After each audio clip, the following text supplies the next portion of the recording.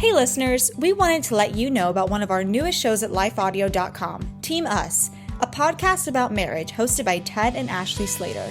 If you're married, you know that oneness in marriage isn't always easy. It can be a struggle to stay connected and face the difficulties of everyday life together. If we're not intentional, it's easy for the us, the you and me, to become you versus me. That's why Ted and Ashley created the Team Us podcast, to help you face marriage as a team. They share honestly and humorously about the betters and the worst of marriage and how to face each day with grace and love. You can find Team Us on lifeaudio.com or in your favorite podcast app. And be sure to subscribe so you don't miss an episode.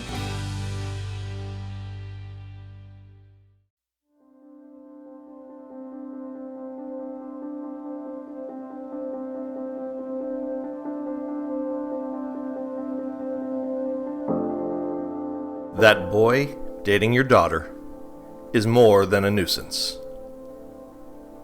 Psalm 95, 7 and 8. Today, if you hear his voice, do not harden your hearts. My little girl will turn 8 in a week, and believe it or not, I'm looking forward to the day she starts bringing boys home. Oh, believe me, there's no rush.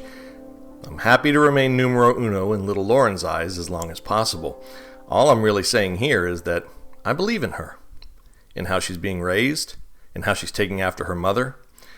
Whoever she brings home, I'm confident saying, is not going to be a person without redeeming qualities.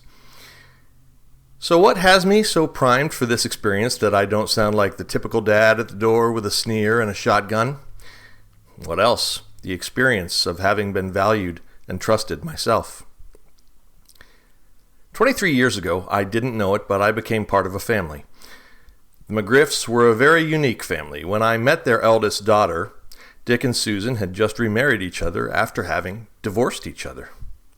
I never knew all the details, only that this was their first example to me of it never being too late, of recognizing wrongs and repenting. They took to me right away, but don't get the impression that they didn't lay down the law or have rules. It was the way they imposed them, agreeably, fairly, seriously, that made so much of a difference. It's not even that they didn't try to change me. To be perfectly honest, they did try. Suggesting Christian alternatives to my secular music. Suggesting viewed at their home Cary Grant movies to the ones I would have preferred taking their daughter to the theater to see. Giving us 5 minutes after a date to say goodnight before the front lights would be flicked on and off, signaling that's okay, that's enough now. I dated Malia for 4.5 years, off and on. During that time, I built memories, house sat for their family, came to cherish younger sisters, Michelle and Amy, like they were my own. Oh, like most couples, our relationship wasn't perfect. We would fight and make things more difficult than they had to be, just as I continue to do. But from her folks, there was always instruction, encouragement, solidity, laughs, and firm handshakes, always trust regardless. Thanks to Facebook, I've regained contact with these 3 sisters, observed how their family has grown, and chuckled at the way they continue to interact despite living all over the country. Malia in particular had the most amazing talent for taking tense situations and making them laughable, one I'm told she still has, one that is a story for another time. I sent them the following message. Just want to say, you 3 are still some of my favorite people I've ever met, especially for a trio of sisters. I love how life has worked out for all of you and how large that family has grown and how involved your folks are in visiting. You have fantastic men who seem to get you and treat you well. You're all 3 beautiful examples of Christian motherhood and of being distinctly individual yet connected. It was transformative to grow up as a semi-adopted part of your clan, and it's a blessing to see your joy and how you've dealt with the pains today. You gals rock.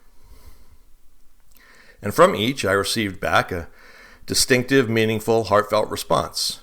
And I traced it all to the commitments, recommitments, and never give up attitudes their parents made so obvious without being annoying. And shoot, even if they were ever annoying, I love them the more for it now. There are opportunities everywhere. And yes, there are dangers. And times are different, and believe me, I know guys and what is on their minds. But I was politely welcomed and discipled as more than the sum of my convertible sports car plus raging hormones. And in so many ways, that made as much difference as several lessons my own parents modeled for me. Thanks again, McGriff family. Intersecting faith and life. Are you nervous about your daughter starting to date? Why or why not? Have you taken an active role in helping her decide in advance what choices are better than others? Will you be able to understand or tolerate failings? Are you able to be firm while smiling and maintaining a sense of humor or gentility? Willing to be labeled as old-fashioned, but resolute in knowing your ways are good ways? You never know who or what that boy is going to become, but you have a chance to help ensure it's something good.